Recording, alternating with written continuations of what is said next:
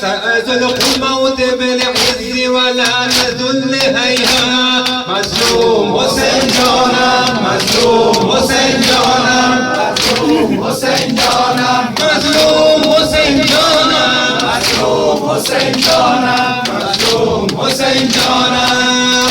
اگر از خنجر خون ریز لب تشنه ببرند سرش را، اگر از تیر شکافت در این عرصه خونین جگرم را، اگر از تیر سشومه بدهند را و عوض شیر گل نو ثمرم را، اگر از طاق برادر شکند خصم ستمگر کمرم را.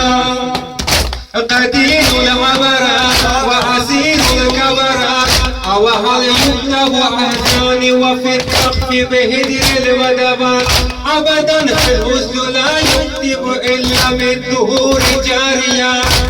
مظلوم حسین جانم، مظلوم حسین جانم، مظلوم حسین جانم، مظلوم حسین جانم، مظلوم حسین جانم، مظلوم حسین جانم.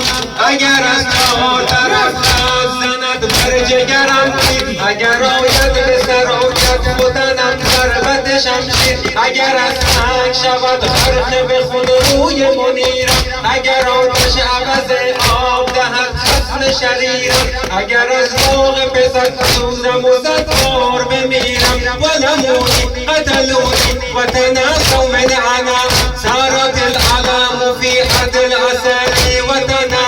كل ما مر على الكون من الاذان قد مهوهنا. به خدایی که مرا خواسته با پیکر صداق ببیند، به تنم زخم دو سر نیزه و شمشیر نشیند. به ستمگر ندهم دستم و ذلت نپذیرم، اگر آرند به جنگم همه اهل زمین را و سما را. مظلوم حسین جانم، مظلوم حسین جانم، مظلوم حسین جانم، مظلوم حسین جانم، مظلوم حسین جانم، مظلوم حسین جانم، مظلوم حسین جانم. منم و اهل الاسلام نترسم نشکستم، به خدا غیر خدا رو نپرستم، به خدا من پسر شیر خدا و پسر فاطمه هستم. عربیون علویون قریشیون شجری، احدیون بدریون فاطمیون قمری، همه دار و ندارم همه 72